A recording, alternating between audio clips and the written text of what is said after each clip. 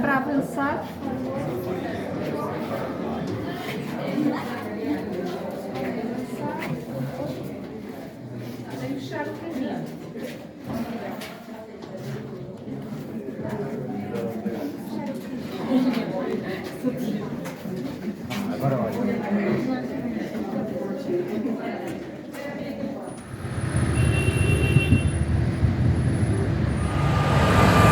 So our first stop in Sintra today is at Quinta da Sapa.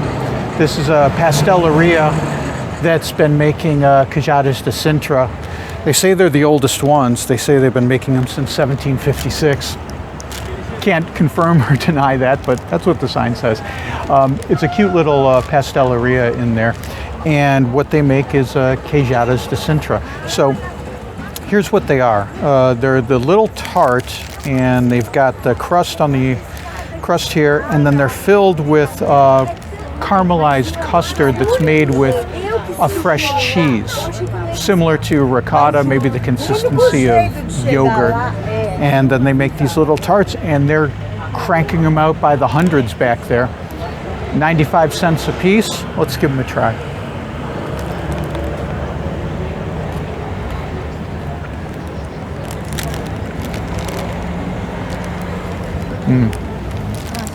So that's nice, and it's caramelized on the top here. So you get like a little sugar in there, a little bit of cinnamon, and then you get the egg custard on the inside. That's really nice because it's got more of a depth of flavor than maybe a pastel de nata. Well, I don't know, maybe not. The crust isn't really that interesting. Not like a pastel de nata that's so flaky and delicious, but this is interesting because you get more of the caramelization than you do with maybe a pastel de nata. So this is a nice flavor, I like it.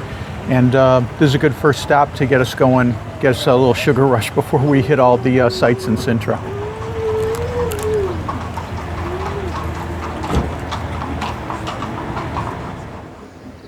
We're at the Quinta da Regaleira here in Sintra, Portugal.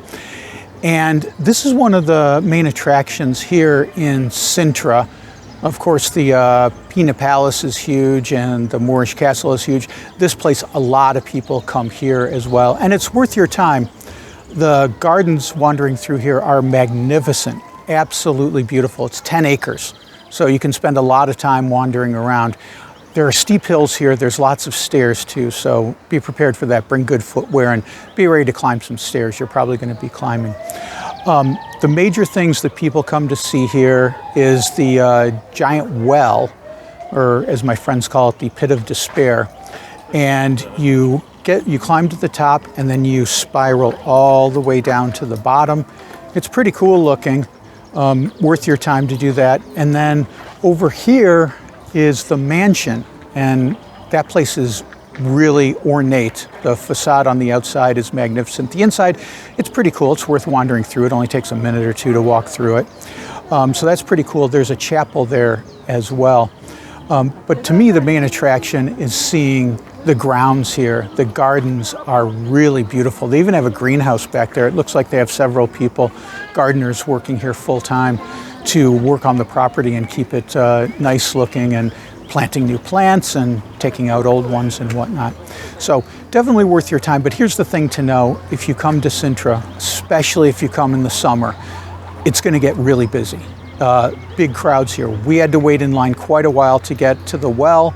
We had to wait in line quite a while to get our tickets. Of course, you can buy your tickets online. We didn't do that and skip that line. But to see the main things here, you're going to be encountering a lot of people. And we're here in the spring. We're not even here in the summer. So keep that in mind. If you're adverse to crowds, there's a lot of crowds here. Also, there's a lot of walking and a lot of climbing in here. There's several staircases, steep. There's several hills. So be prepared for that. My opinion, though, it's definitely worth coming to see. These gardens are really, really fascinating and really beautiful. And, you know, you can find a spot that's a little bit off the path and is not quite as busy. We're not too far from the mansion right now, and there's not a lot of people here. So pretty nice. If you come to Sintra, this should probably be part of your itinerary. So we got our travesseros at Casa Quinta here in Sintra. And this is right in the center of town. This is the busiest part of Sintra. And this week is a holiday week, so there's a lot of tourists around. Luckily, most of them come in here, get their pastry, and go out the door. The seated area is not too busy, so it's kind of nice. And once you get to Sintra, if you want, you can grab the bus or you can grab one of the tuk-tuks. There's a million tuk-tuks that'll take you all over here to take you around town, to take you to the sites and whatnot. But really, it's like a 12 to 15 minute walk from the bus station to here, and it's a beautiful walk. You walk along the little walkway there. There's tons of vendors selling stuff. It's just really nice. There's statues and whatnot, so it's a nice atmosphere. And we've come to Casa Quinta to get this this pastry, which was actually invented here in the 1940s. So what you've got is this puff pastry, which is topped with a little bit of granulated sugar. And then on the inside, you've got the egg custard. So, looks nice. I've had these before. They're really good. This one is actually warm.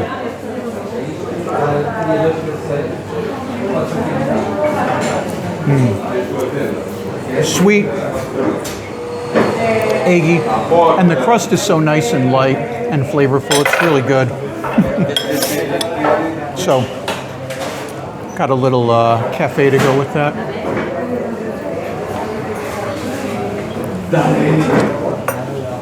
Okay. That's Delta coffee. Don't care for Delta coffee in Portugal, but you know what? I'm not here for the coffee. I'm here at Casa Quinta for this great tart.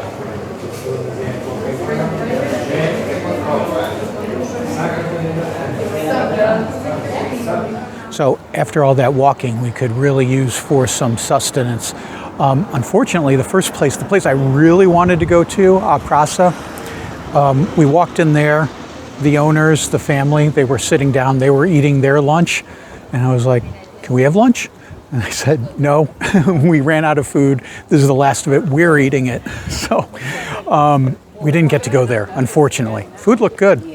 So we walked over here to Raiz, and it was really nice. I'm not filming down in there because they had music going, and there's usually copyright issues with that on YouTube. So I came back up here after lunch, but it was a nice place. They've got really nice outdoor seating down there, really nice patio, and the food was good. We got a couscous, or not couscous, a quinoa and tofu salad that had avocados and tomatoes and onions.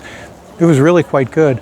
And we had some nice tea as well to go with it. So it was a nice little lunch here at Raiz, and now we're ready to tackle the second half of our day here in Sintra.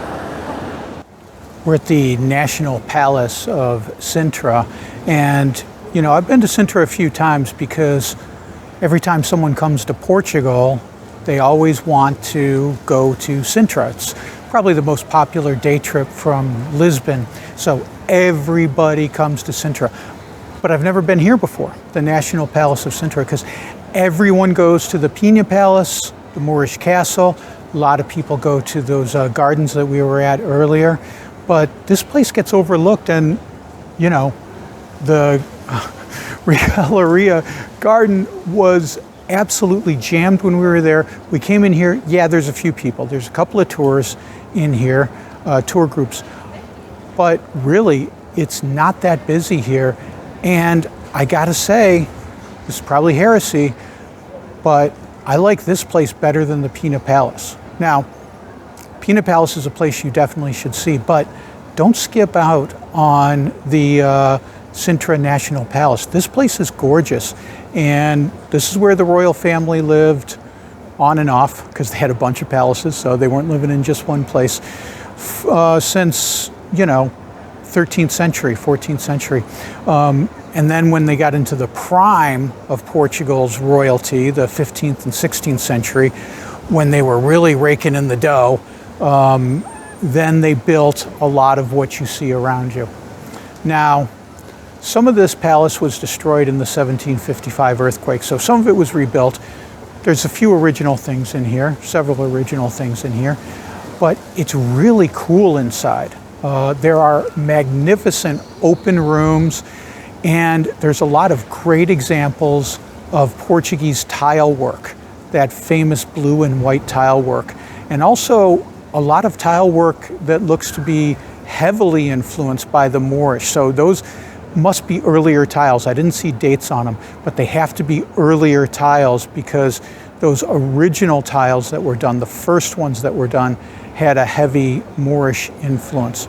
But then you see some later Portuguese tiles. They are gorgeous. And when you walk through here, don't forget to look up, because I was blown away by the ceilings. There are several ceilings in there with really cool artwork and whatnot. One room we went into had great artwork, great tiles, and they had the coat of arms of the 72 most important noble families in Portugal.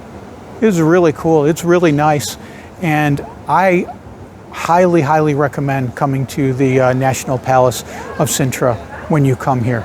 It's time well spent. Don't miss out. If it's your second trip to Portugal, come here, and you can skip the Pena Palace because you've probably already been on your first trip. On your second trip, definitely make this one of your stops. All right, so I thought we'd get another travesseiros here in Sintra. This place is called Casa do Preto, and in case you're wondering, you might, if you know a little bit of Portuguese, you'll know that this is House of the Black. That's just the name of it because it was owned originally by a black person. Must have been from one of the colonies in Portugal somewhere, or a family from one of the colonies in Portugal somewhere. This place has been around since 1931. So 90 plus years of making these nice pastries. And it's really nice inside, but couldn't find a place to sit. So we're sitting outside. This is really nice too.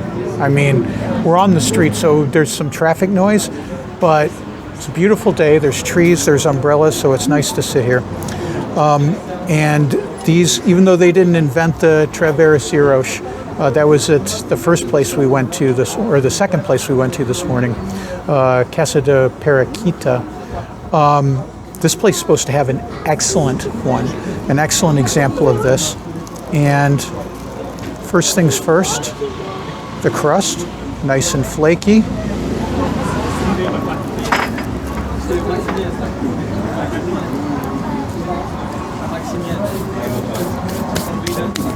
Okay. Wipe the sugar off my mouth. Really nice travesseiros. Light flaky crust, sweet egg custard on the inside, mixed with almonds, I think. Really tasty. I like that a lot. Got a little juice to wash it down with. I think this is papaya mango.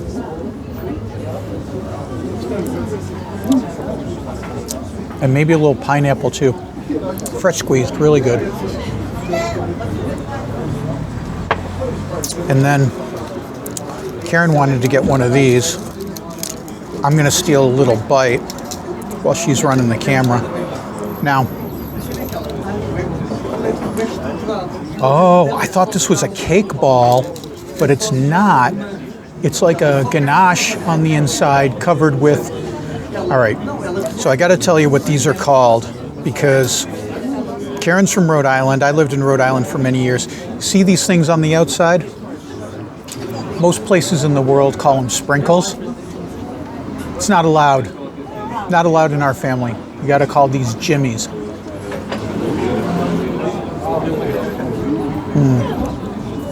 That's a nice ganache.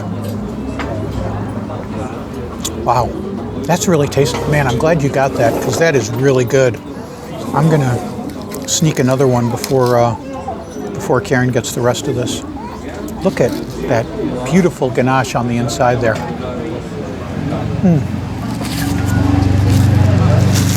Really, really good. Okay, Casa do Preto. I'm impressed. Really nice. They're doing good business in there, so they must be doing something right.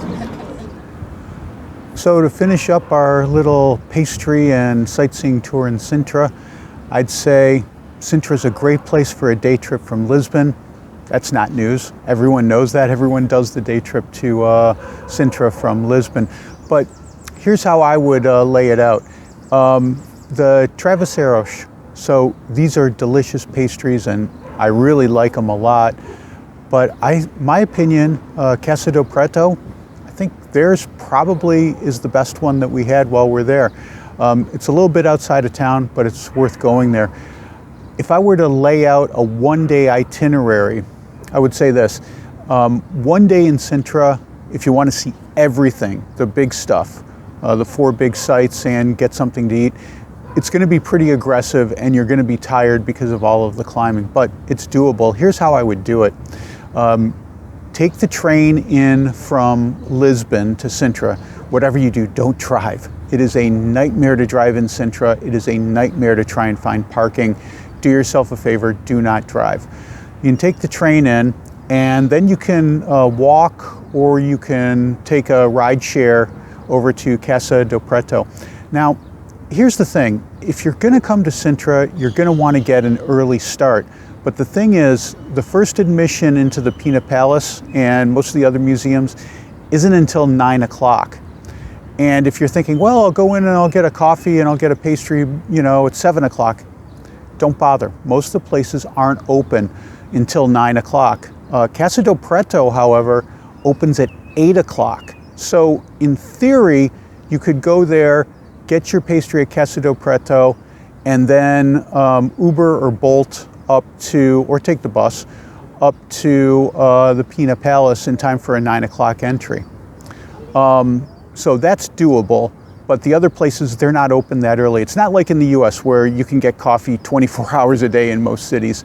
Portugal's not like that because folks don't usually go and grab a cup of coffee on their way to work. They'll get a coffee in the morning, but usually, they get their morning coffee at home. So that's the deal with that. Buy your tickets to the Pena Palace online beforehand so you don't have to wait into the ticket line. The Pena Palace is definitely worth a visit. It looks like one of those Disney fairyland castles up there, fairy tale castles. It's absolutely gorgeous, especially the exterior. If you're looking to save time, I would skip the interior. Really, for me, the Pena Palace is all about the exterior, the gardens, and the views from the terrace up there. It's magnificent, and you'll definitely want to do it. The thing is, it's crowded, so buy those tickets online beforehand. After you do that, you can do the Moorish Castle. Now, a word to the wise. If you're going to do the Moorish Castle, you got to be in pretty good shape. Not, you don't have to be a marathon runner, but you have to be able to be ready to climb up and down a lot. I'm going to emphasize that again, a lot of steps. It's a ruined castle, and it's basically up and down the whole time you're there. So if you have any mobility issues at all, don't do the Moorish Castle. You won't be able to see it. You won't be able to enjoy it.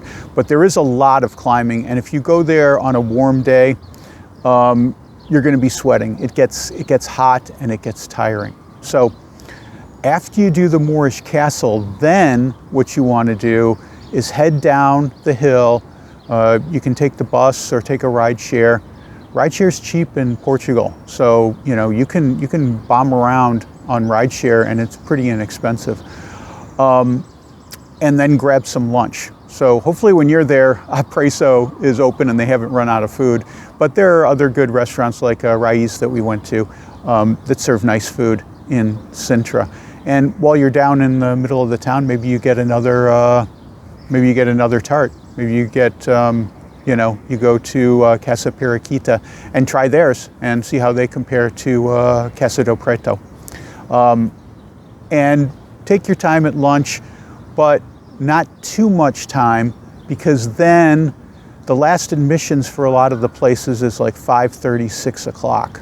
So if you're going to try and hit both the Well of Despair, the Pit of Despair, and do the National Palace of Sintra, that's going to take you some time.